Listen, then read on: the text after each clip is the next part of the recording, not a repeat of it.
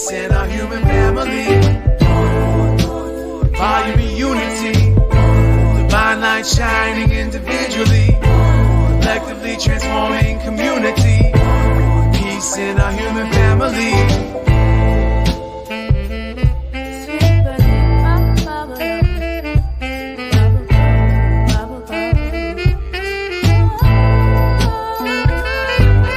One love, one growth, as above, so below. Feel the pain in my soul, the red pill dissolved.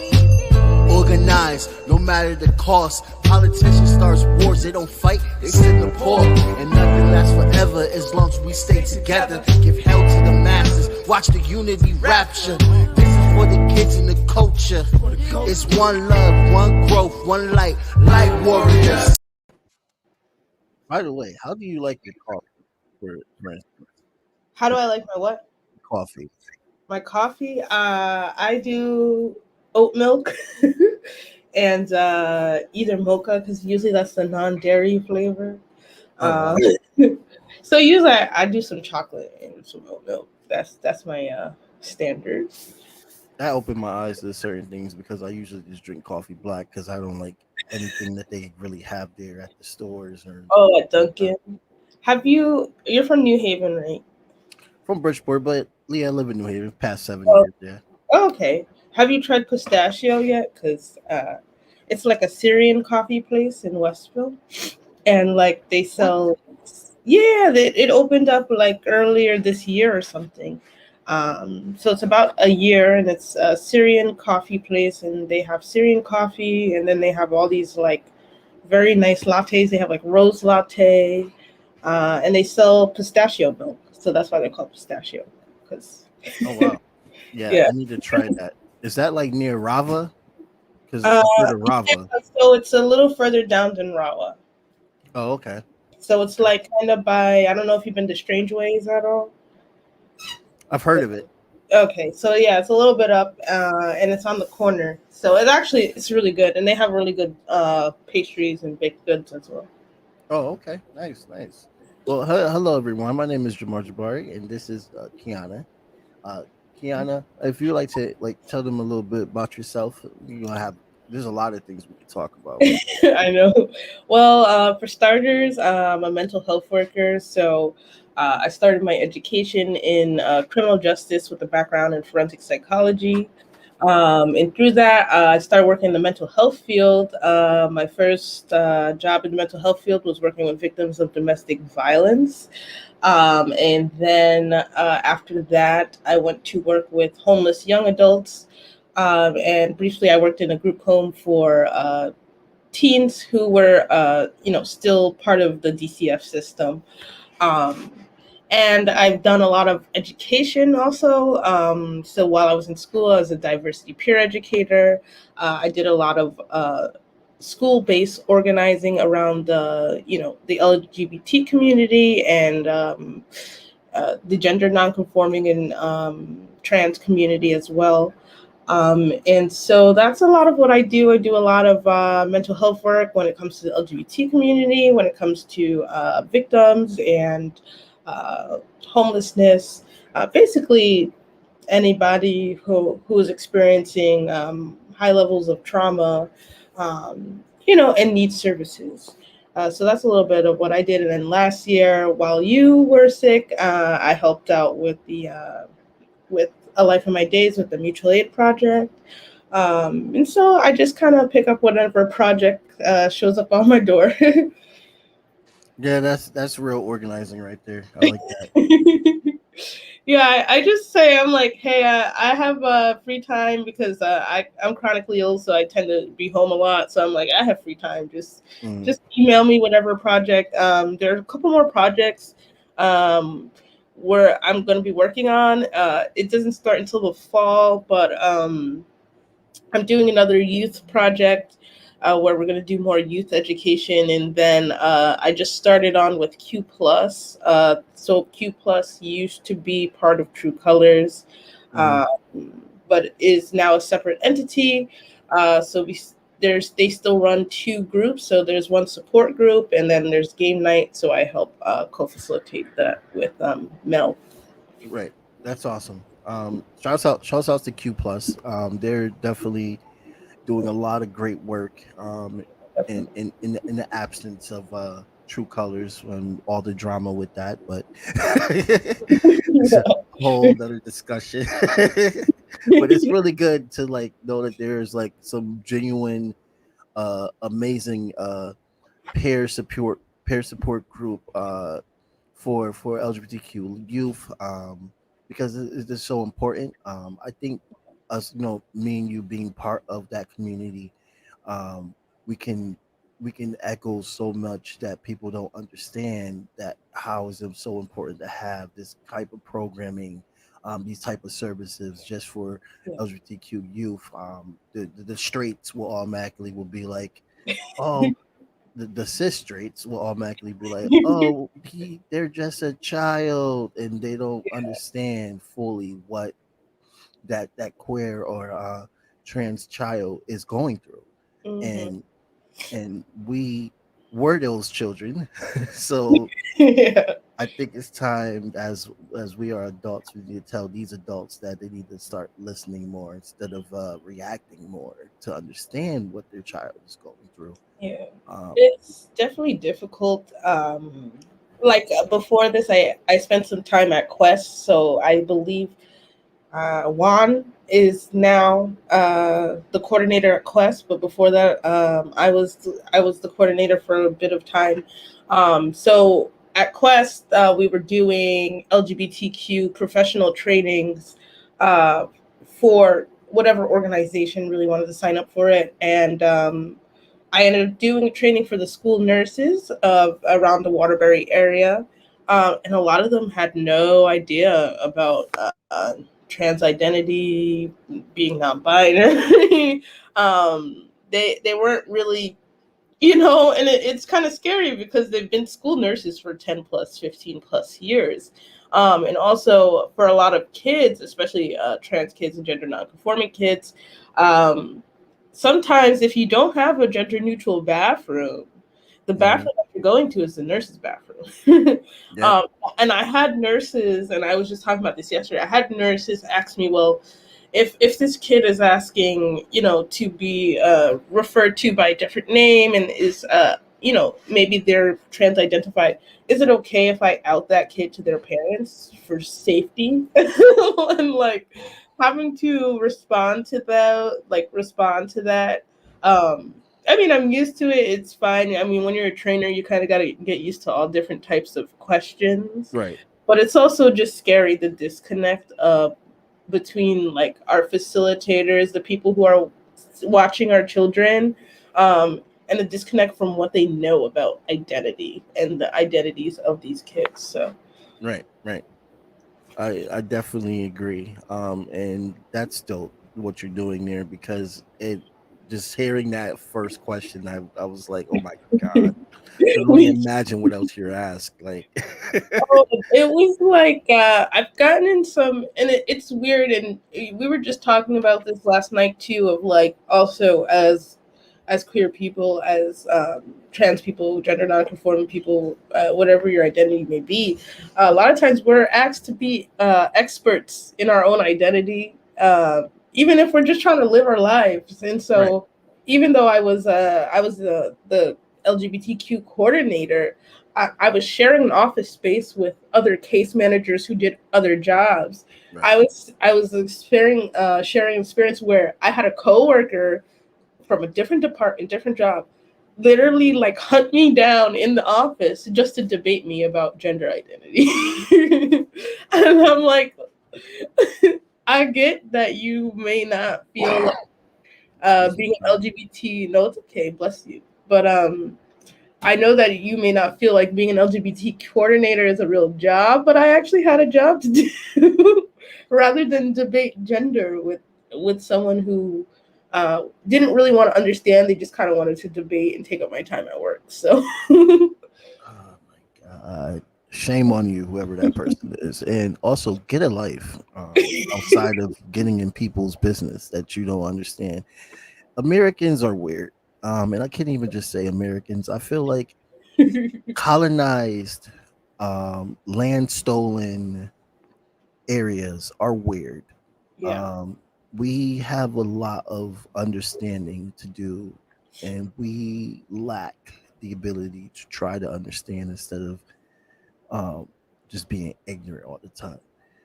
She should have got fired, but hey, look, Yeah. I'm just gonna put that out there, and if anybody hear that and be like, yeah, she should have got fired, but yeah, she should have got fired, but because like that's just some shit that, like, come on now, like, what are you doing? It's funny because you say that she should have got fired, but instead people like me getting fired instead.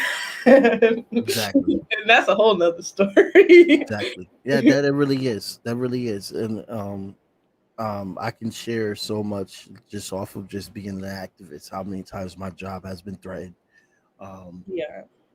but it's just, it's the sacrifice. And especially when we are queer and we are trans, it definitely is gonna be, I mean, for my queer side, I can never understand what it ever will be like being trans or being non-binary.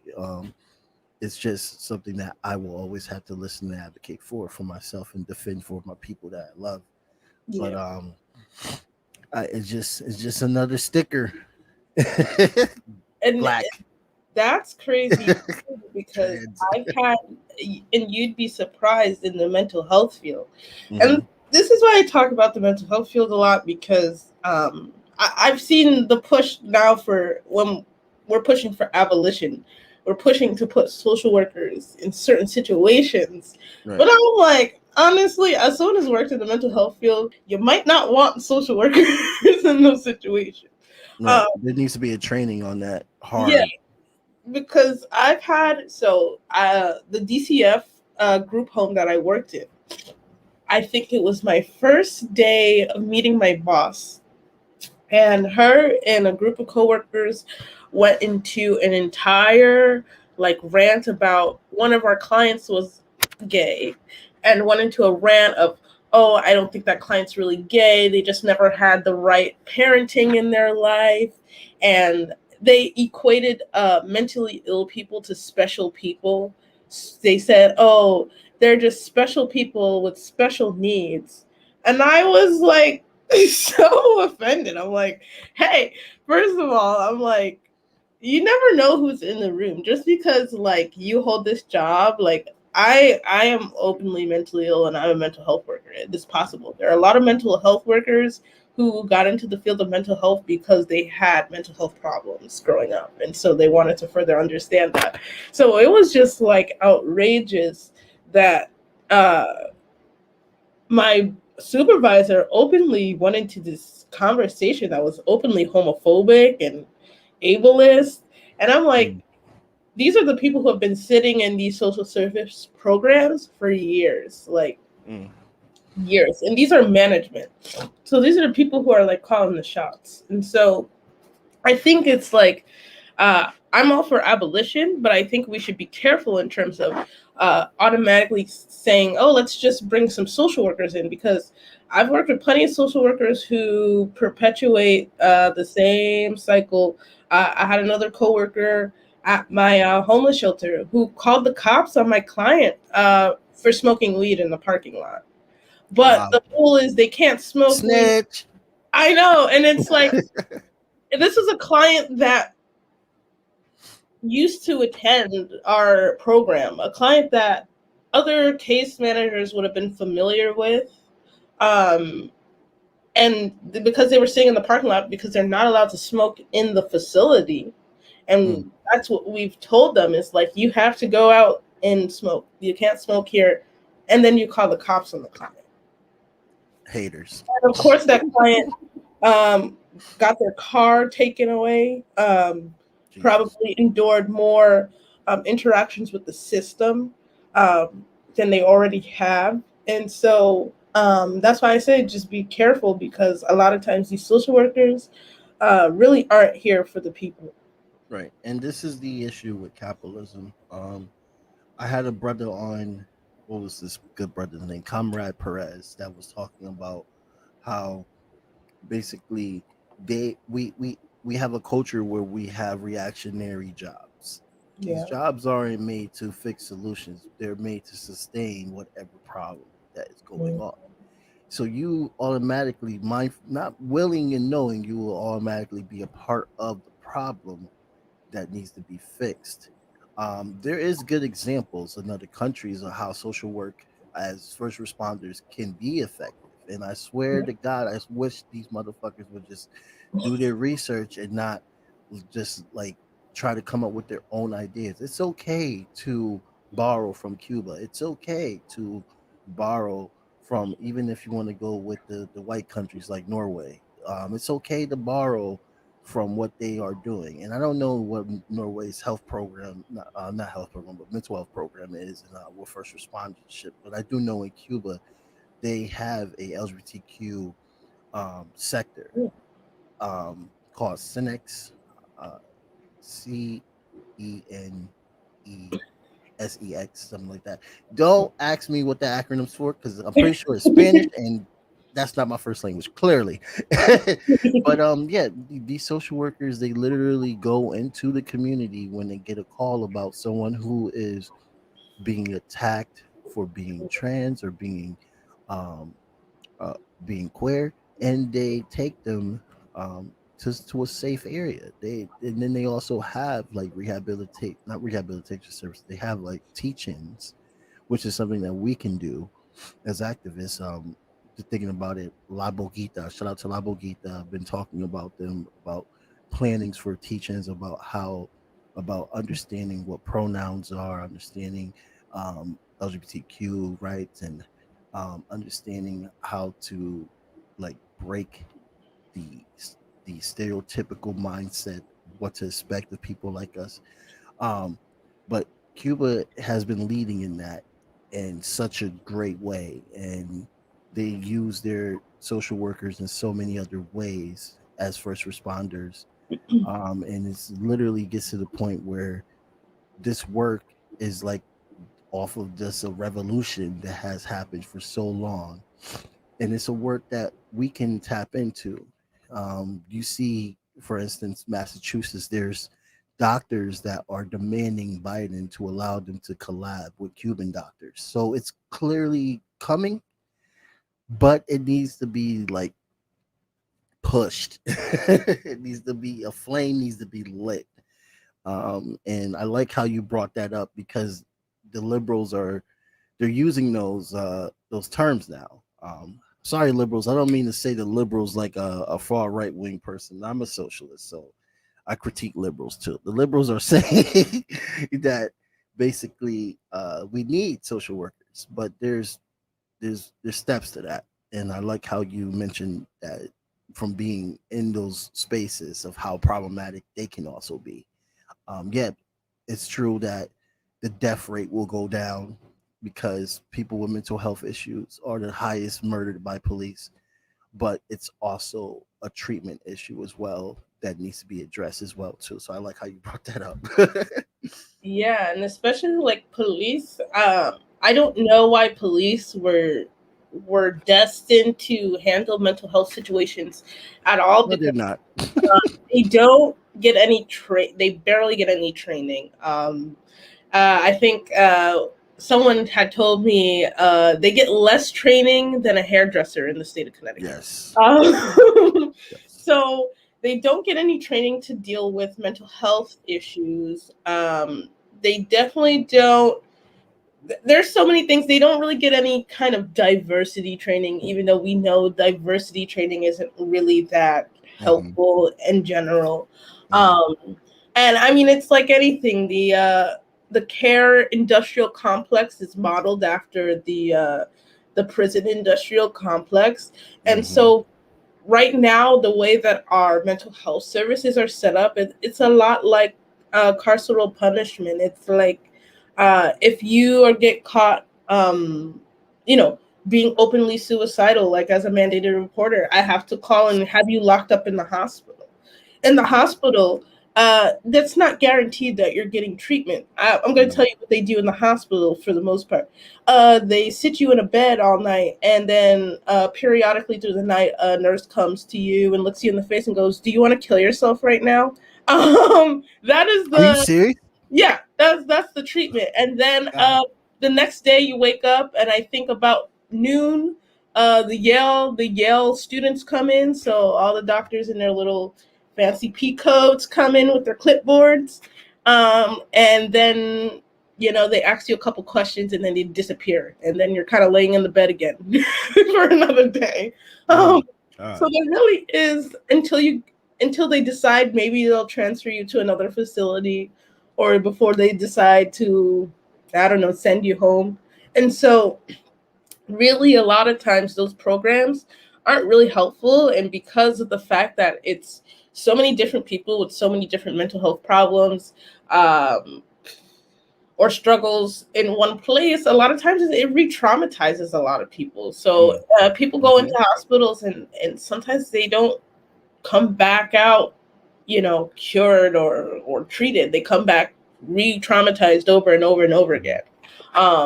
And so that is important, to think about. And also, in terms of, we're talking about treatment, in terms of substance use, the care industrial complex is equally as bad. So in terms of a lot of substance use programs, they're number one. There are harm reduction programs. I don't know if there's any in the state, but a lot of programs are conditional upon abstinence. And so if you get caught using a drug, you lose your housing. You could lose your funding for whatever you're getting funding from. So like if you got some government funds for something and you get caught, like I know if you do there's like a rapid rehousing fund, and I think if you get caught using drugs in your apartment and your case manager catches you, you can lose your housing. Wow. And there's no forgiveness, there's no nothing. It's like, and that's the hard part. And you said that about how kind of in a way we have to be capitalist, and it's hard because as a case manager, as a social worker, sometimes we don't have the power like administration does.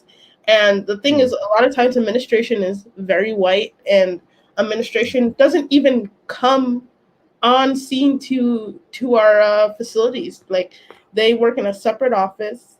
And the only time they're coming into our office is to drop off their leftovers. I'm not even kidding you. Jesus Christ.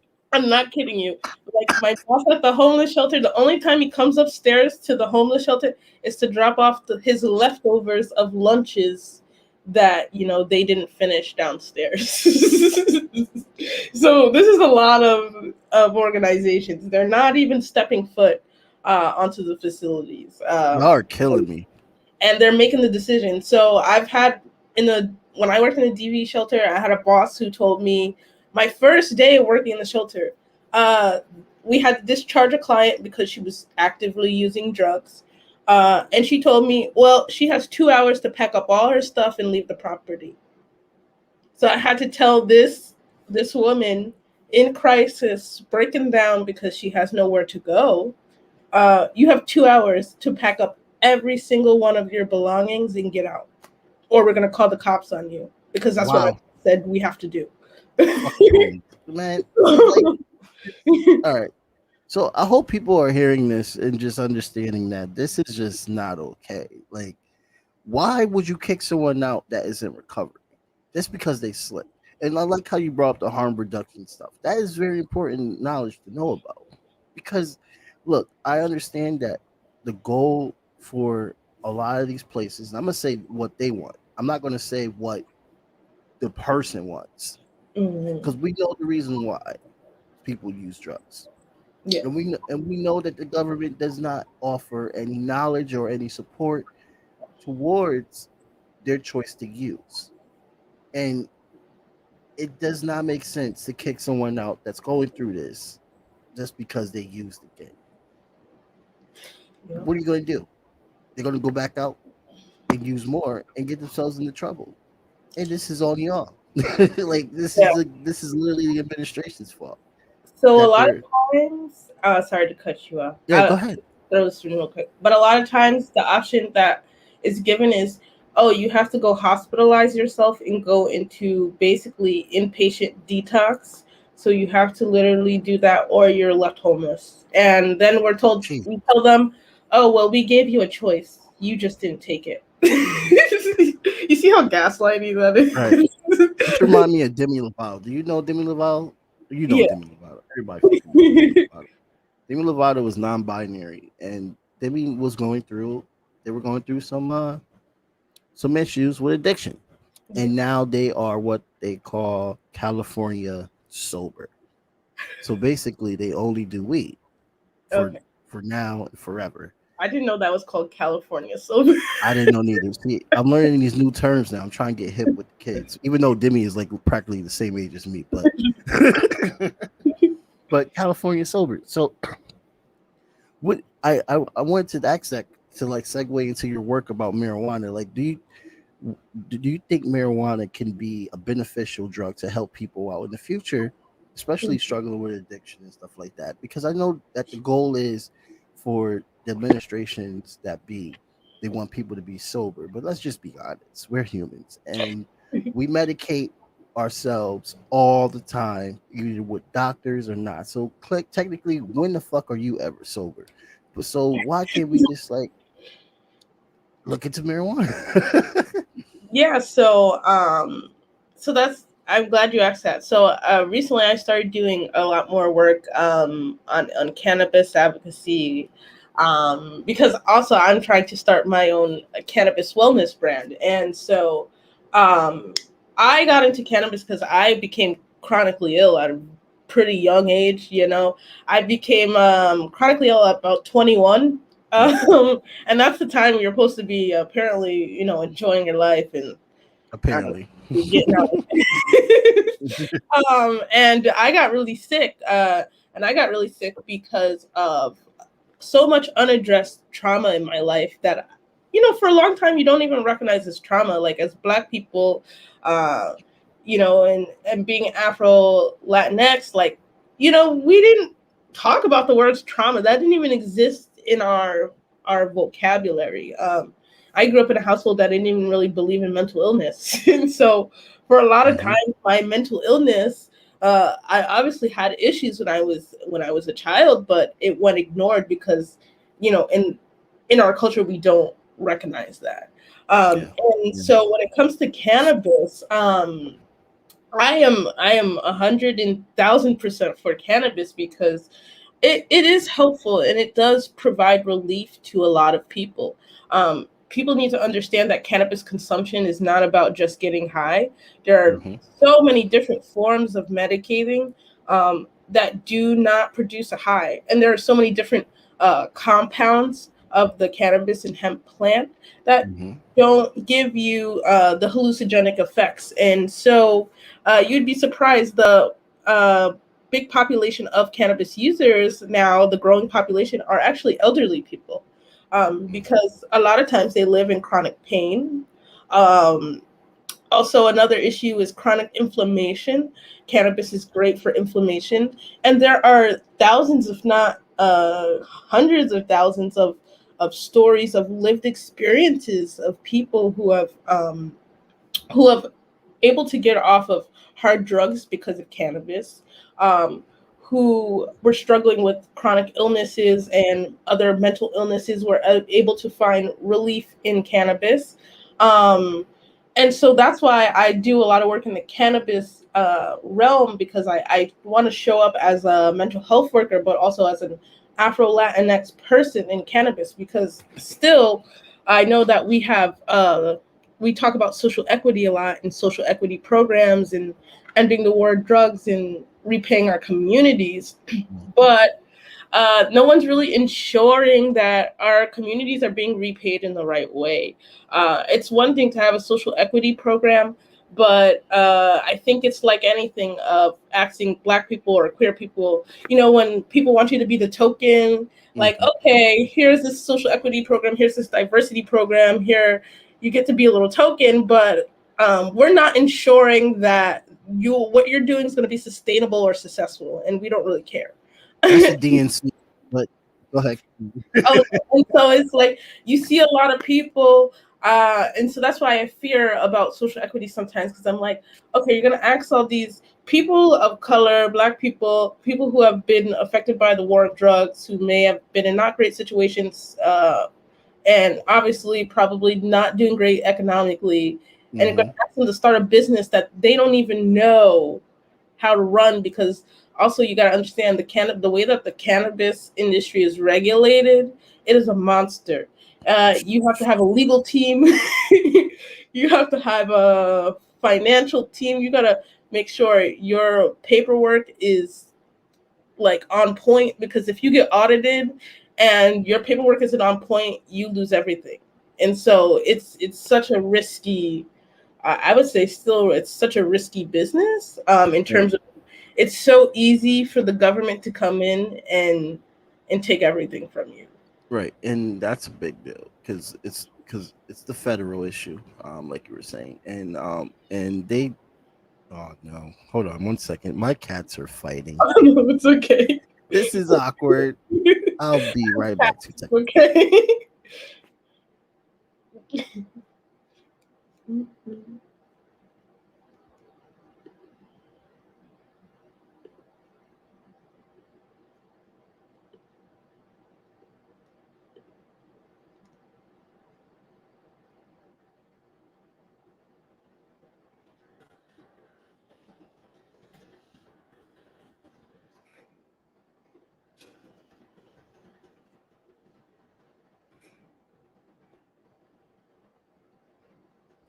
Oh my god, this has never happened on live before. But No, to give you a nice picture, you see my partner in the corner, two cats yelling at each other, and then a turtle just walking right by, like, "Hey, what's going on, guys? Like, what are y'all doing?" And all that stuff. Like, it's just that's a what the beautiful hell. collection of it. But I have two cats, so I know. And then also we have cats at Q Plus, so we always are in cat crisis. They just need to be nicer to each other. They're in heat right now, so we got to Oh, get that going on and happening and stuff like that. And I understand that. Heat I is. hope, I only have one cat that goes into heat, and it's still a lot to handle. yeah, yeah. Like I didn't know what was going on. Like yesterday, I saw the cat like just like laying down and was just like lifting her butt up, and it was like it was like breathing hard, and I was like, "Yo, is the cat having a stroke? Like we might need to call the vet hospital." And then my partner was like, "No, she's like, why are you thinking that she's having a Just stroke?" thirsty. She's just thirsty. That's all. That's all. I first time having a girl cat, so I didn't know what to expect. Okay. I'm Yeah, used to the males. cat was a boy cat, so like I didn't experience heat until I got my girl cat, and then I was like, "What the hell is going on?" But yeah, she needs to get fixed too, because they don't really fight, but it's like she does a lot of the screaming, the cat screaming, and I'm like, "Oh god." Oh man, that's traumatizing. But back to the marijuana. Yeah. So like, do you think that do you think the federal government will? Because it looks like even though all these states are finally addressing it, and I hope that they are all also giving reparations in forms of like expunging nonviolent offenses and stuff off of people's records, releasing them from prison or jail that have marijuana charges. Um, like I hope that this accountability and revamping of people that have went through marijuana oppression, basically with the police and law enforcement, they have a fresh start. But it seems that the fresh start, if they wanted to, say for instance, like in the black community, um, have their own marijuana business, the obstacle would now be the federal government. So, how soon do you think the federal government will legalize marijuana, or is there any interest? Because the way this administration is just with both all the administrations, honestly. So that is a very layered question, because I think a lot of times we're glorifying federal legalization, but federal legalization isn't, right now we don't know what that looks like, and so we don't necessarily know if that's a good thing. In Mhm. terms of uh, even now, state by state, we see legislative pushbacks on cannabis, and so although cannabis has been legalized, some states are now putting in weird regulations where they're putting milligram caps. And so a lot of times in certain states, you can't get legally, like a dispensary can't sell anything above 500 milligrams, because now the issue they're trying to paint is with potency. Um, and so that becomes problematic because when we talk about self-medication, um, and even medication in general, like when we talk about psych meds is a trial and error process. It's like usually you got to try a couple meds before you find what works for you. The same thing with cannabis is like there are also, you got to understand, our legislators don't understand cannabis. Yeah. Cannabis is it's a big topic. Like I've been studying cannabis for the last, I would say, 3 years, three or 4 years, and I haven't even scratched the surface of all that is available about cannabis. And there's still new research coming out with these efforts to have new research in the field of cannabis. Um, and so it's multi-layered because you got to understand, legislators don't understand cannabis as a whole. They're not cannabis experts, and so they don't, when they're writing the laws, it's really not informed by the actuality of the plant. Like when it comes to not mental health disorders, but any disorder or any medication, first of all, we got to understand that there are thousands of different genetics and cultivars of cannabis. Each genetic in cultivar has a different makeup that does different things and will react differently in your body. And so sometimes people take little clips of scary stories. Oh, this person smoked cannabis, and they had a break of psychosis. But also, we don't really know where they sourced that cannabis from. We don't know if that cannabis was contaminated. We don't know how that cannabis was grown. We don't know the genetics. We don't. So there's so much limited information. And in terms of from a federal level, um, a lot of the times when it comes to the federal government, we already know that they're probably going to push in a more corporate direction rather than a direction that reflects the people. And so when we push in a corporate direction, that means getting the FDA involved. That means probably making these genetically modified. Cannabis genetics, the different strains and genetics, they are genetically modified anyways because it's done by breeding two plants together. Um, but we're going to have to use government approved genetic modifications of cannabis. You see how that already is going. Yeah. Um, and I already know that they were already talking like big alcohol, big tobacco, all these big, corporations and groups of people are trying to get their hands in, I guess, the economic benefits of cannabis because their industries are dying. And so I think when we talk about federal legalization, what we really want is federal decriminalization, because legalization comes with the federal government putting further restrictions and policies and all these loopholes to jump through, basically. And also, we were talking about incarceration, and you're talking about basically records. And I just want you to know is even if right now the way that the cannabis legislation is written, most industries, if you do have a record, so if you do have a federal charge, you cannot work in the cannabis industry at all.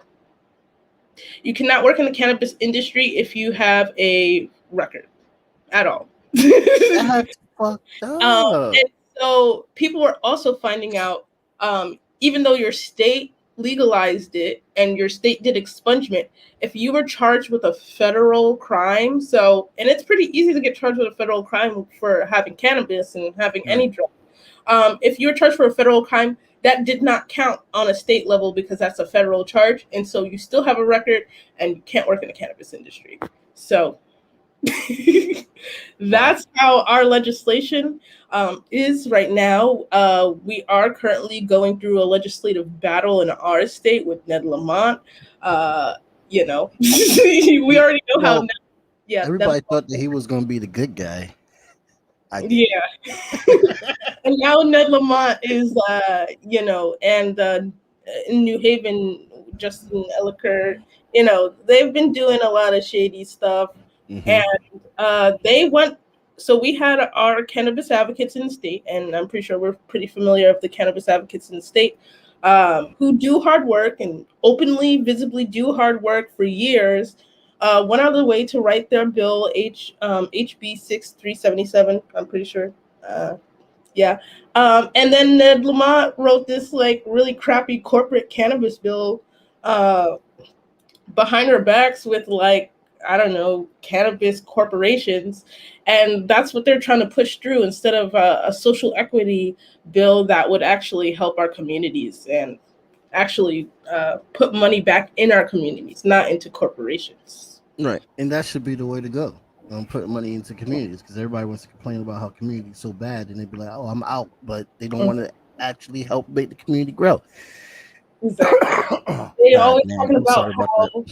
No, it's cool. They always talk about how we shooting things up in New Haven, right? But they don't want to do nothing to fix the gentrification in New Haven. They don't want to do nothing to help the families in New Haven who struggling, who ain't got nothing, got no money. Right. So, and this is like a big thing, also a thing with homelessness. Like this all connects. mm-hmm. And the more they ignore homeless crisis, the bigger it gets. And it's all over the state too. It's really bad. As someone who's worked in homelessness, and I remember around mutual aid time, like people were saying, like, what resources are out there if people don't have homes? And I'm like, honestly, I work in the shelter and there is not much. Like, especially during COVID, a lot of shelters were not even accepting new clients because of COVID. And so it was like, really, there was not much I could tell you. Yeah. It's a big deal. And all these things, like, you open my mind on like how it should be decriminalized, which I agree with. I do agree. Especially in a system like this, it will be more beneficial because of the way that corporate America, like I don't understand why. I mean, you look into today's culture and you see all these different alternatives into so many different categories, and it just shows you that corporate is trash. It's like, why the fuck? They exist because corporate is trash. If corporate wasn't trash, then these things wouldn't exist. It's just, and you have to realize it's like on an individual level, if I'm a mom and pop cannabis business and either big pharma or the FDA comes in or big tobacco comes in and they are doing what I'm doing, I would never probably be able to see the amount of money they see in my lifetime to do what they do. I think we were just talking about it on Clubhouse. So this guy was talking about a tequila brand and how this tequila brand grew so big, and he's like, but they spent $10 million a year for the first 3 or 4 years of their launch. An average person doesn't have $10 million in a year to put into developing their company and pushing out their products every year. And so it's also like, you got to think about the monsters that you're going up against. And I know that a lot of people with the stigma of cannabis, they say, well, having to medicate yourself daily isn't natural. But also, I say the world that we live in right now isn't natural. Having to medicate yourself daily isn't natural. Are these the same people that's taking Tylenol and aspirin like almost every fucking day? Like, literally. And also, think about how much by secondhand trauma that we absorb every day. Even as an activist, think about the way that activists live. Every day we are seeing trauma, witnessing trauma, holding space for trauma. And a lot of activists are not mental health workers. And then they go home to their own issues at home. And then, we've got issues at work, we've got police brutality, we've got all these things. And it's this society isn't natural with the amount of violence and and trauma that we're absorbing every day. Of course, as people, and we're being overworked, not paid enough, don't have access to proper medical care, mental health care. And so it's like, of course, people are medicating every day. Of course, Yeah. people need to So kiss medicate. my ass, Aunt Judy, for trying to tell people, oh, you shouldn't be medicating yourself every day. When we know damn well you be slipping those Advil pills every single day, and probably in your wine glass because you can't take these damn kids. No, don't give me that nonsense. Don't be doing you be Taking like, those oh, no one else can do it, man. meds. It's like they're social addicts. That's where I see it.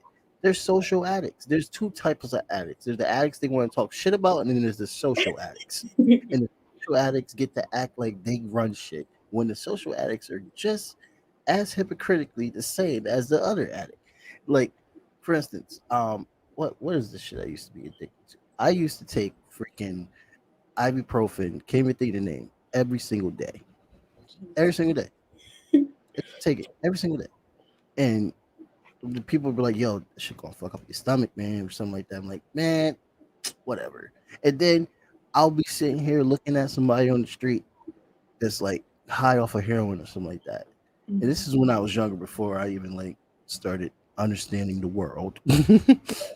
And I'm just like, wow, look at this guy. And I'm just like, bro, you the same. Dude, you buy freaking ibuprofen monthly and you take it daily. Like, what do you mean? I Like, mean, that's that's true. that's And bad too. and the thing is, the ibuprofen, it can mess up your stomach. It can burn your stomach lining. It can cause liver problems. And Yeah, if you smoke cannabis all day, I mean, if you're smoking, yeah, maybe you can have some adverse effects on your lungs and stuff. right. But you don't have to smoke it. You can do tinctures. You can do Mhm. topicals. You can do edibles. And I you're love not gonna, edibles. yeah, and you're not going to get that level of damage. And also, I think a lot of times we look at addicts and we kind of demonize them, but also we're not asking why do we're looking at them and like, oh, why are people killing themselves? But also we're not looking at why do people feel the need to escape reality? Mm, Why do people mm, um, why do people need to take these drugs? And we're not right, looking at that fact of why do we live in a world where people now are overwhelmingly need to move towards drugs? And right, that's probably because our world is kind of messed up. Not kind right. of.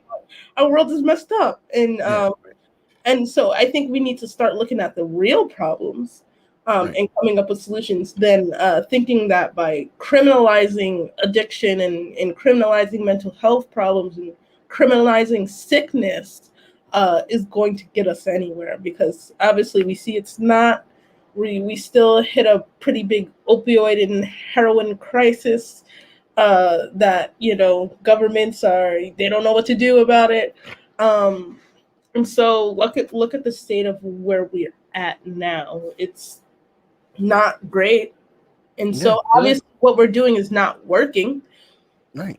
I mean, I wish social workers, going back to social workers and therapists, would like talk about this. I wish there was a class about this, just understanding the realities of living in a system like this, where it's me, me, me. I have to fend for myself. I have to provide for myself. I get no support. And if I try to get support, I put on the waiting list. And the waiting list takes fucking forever. But you want me to be, not everybody can handle that pressure.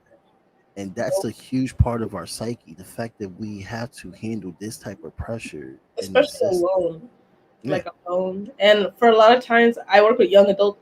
So a lot of times these are kids like 18, 19 years old having to do this. 18, 19 years old, I gotta tell them, you got 2-3 weeks to sign up for your EBT, your all of these forms that you don't even know. um it's hard. It's hard out there. And I think the conversation does need to go to more mental health workers and social workers. Now good there are people who are social workers and mental health workers who are getting into cannabis and cannabis education and advocacy, but it's still pretty limited right now. And there are still a lot of biases in the mental health field and in the social work field when it comes to cannabis. Even the medical field. I remember I had a therapist, and I had to leave her event. I had to leave her because she made me so uncomfortable. Because once she found out I smoked cannabis, she was like, "All your life problems is because you smoke cannabis." Like, and one day I was Girl, tired, bye. and she looked at me, she goes, "See, I could tell your THC levels are high." And I was like, "What? What kind of science?" I was like, "What journal did you read this from?" Yo, that's weird because I had a therapist that told me to smoke weed. That's what I. Shout, Shouts out to Zainab. I see you, girl, up there, Hartford University, wherever you at right now. That's the best therapist ever. Now I have a good therapist. She doesn't care, but there are therapists who like didn't focus on it. So I was able to be like, I smoke cannabis, and they were like, "Oh, okay." They were like, Does that work for you?" And I was like, "Yeah." And they're like, "All right, that's fine." And then I've had people that are like, "You smoke cannabis, you're gonna die early." Like it's just something crazy. Even when I in the hospital in Yale, New Haven, there was a doctor, and he was like, "Cannabis, do you know that cannabis," basically it was saying basically all of my mental health problems was because of cannabis. And so there Isn't that are, stupid? That's such a stupid term to say. yeah, so there Like, are doctors that are like that, and social workers who do believe that cannabis consumption is still what they call it is cannabis abuse disorder, or yeah see, maybe I'm just biased by it, but like I use cannabis and I don't give a fuck. All right. It yeah, helps me out and in so many ways because I do so much stuff and I don't even know why I have the time to do half of the things I do. yeah. I feel When I sit down and I have an edible or something and hang out with my best friend or my girlfriend and we just have a good time, that's therapy. And then when you just high as shit and you just like, damn, I'm stoned. Even with CBDs, I try CBDs too. That helps my anxiety so yeah. well. It keeps me so calm. Mhm. And I'm a spitfire. Like I I go in when I'm mad about some shit. But like I tried it one day when I went to work, and I'm not gonna say which job I went to because nobody gonna catch me on here. And I had some CBD, and I was so calm. I was so collective. Yeah, People were just talking shit to each other, and I was just like, bro, and I'm doing my job. exactly, and that's why I am an advocate. Like working with kids, or they're not even kids, young adults who have a lot of trauma. I've had clients who had past, you know, continued involvement with law enforcement, who had a history of aggression and things like that, and literally was like, "Oh, I smoke cannabis now, so I don't fight as much because I don't need to." Who And fights when you're high? these are real, exactly. These are real stories, like people who find relief. I believe that cannabis a lot of times can be good for ADHD. So like when you are in 50 million places and you are doing 50 million things, sometimes a good edible or a good strain or cultivar can dial you in and get you focused where you're focusing on your work. Right. Um, and so there are so many possibilities of cannabis and what it can do for you in terms of maybe help with focusing and being productive, which is funny because most people think with cannabis is laziness and Mm-hmm. not doing anything and sitting on the couch and eating Mm-hmm. money, right? But there are different strains that can help you be more productive, who that provide euphoria, uh, that help you relax. And so there are so many different benefits that can be pulled from cannabis. Yeah, man. Like vibes, vibes. I gotta talk to you about the tarot cards too, but we gotta do another podcast. Okay. It's bad stuff that I would like to talk to you about. Um, but Yeah, definitely. we gotta wind down the time here. I gotta go to work and all this stuff No, like it's that. cool. I have to be a contributing citizen of society. Awesome. But if you do, I know because I had to do it yesterday. We did the support group for Q Plus yesterday, so I do have to spend a lot of time on Zoom at night. But also tonight, we will be on Clubhouse. So me, Jason Ortiz, and another advocate, Joseph Raymond, and then another dude, Kevin Collins, who he works at the UConn program for cannabis. So UConn has a cannabis program where they do cannabis research. So he works with some of the students there with job placements. And we'll be doing a talk on the cannabis industry in Connecticut. We'll be discussing sustainability, social equity, and intersectionality. And that will be at 7 p.m. Tonight on Clubhouse. So if you do want to join and listen to some more cannabis talk, we'll be talking. Word. That'll be something I can listen to at work because I don't get out until like 8:30. Okay, yeah. So it will be, and I'll be recording it so that I can upload it as like a podcast type thing. Word. So that'll be dope. Thank you so much, Keana, for coming through and giving us that good knowledge. Learned a lot. I hope people learned a lot today and got better had because y'all want to give me 1,000 views on something random, but then y'all don't want to talk about the realness. Let's talk about some realness real quick. Oh, that looks like fun. And then the realness come out. Oh, only 20, 50 views. Are you serious, bro? Oh, that looks like fun. They were like, destroy the mental health system. Like, whoa. What happened? Smoke cannabis all day. How y'all go from talking about wrestling and UFC and now y'all talking about capitalism and mental health issues?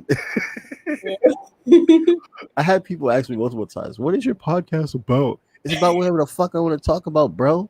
That's what it's about. I feel you though. It's like, oh, what's the premise? I'm like, man, get out of here with this shit. Get out of here. Hey, it's your podcast. You do what you want, and exactly. You express yourself how you feel like it. Exactly. So let's definitely get you back. Come on, let's get you back like around, I guess, September or something like that. Yeah, that'd be awesome. And if anybody needs any have any cannabis questions, feel free to ask me. Definitely hit up the comment section. I haven't checked the comment section all day today. Oh, actually it's dead right now, so that's good. Yeah, I think so. There was some random person in the comment section last time. And I was like, bro, I gotta delete you because you're over here trying to hook up with this girl I'm talking to. You gotta relax, man. Oh my god. Some people are crazy. Some people it's COVID, so they're like, bro, I gotta get it how I get it. I respect the hustle, but don't be trying to hit on any of my guests. Like, come on now. They were like, I'm vaccinated. I'm trying to pick up somebody on the live stream. What's wrong with you? Like, yo, that's crazy. All right, Keana, I'll talk to you later. You have a really good day. You and too. Everybody, can you send me the link to the Clubhouse? Yeah. I'll just add it to the thing. Yeah. Cool. Have a good day. You too. Have a good day. Collectively transforming community, peace in our human family, volume of unity, divine light shining individually, collectively transforming community, peace in our human family.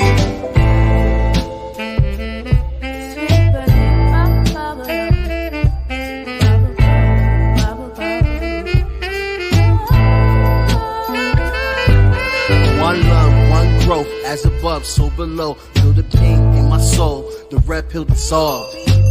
Organized, no matter the cost. Politicians start wars, they don't fight, they sit the pause. And nothing lasts forever as long as we stay together. Give hell to the masses, watch the unity rapture. This is for the kids and the culture. It's one love, one growth, one light warrior.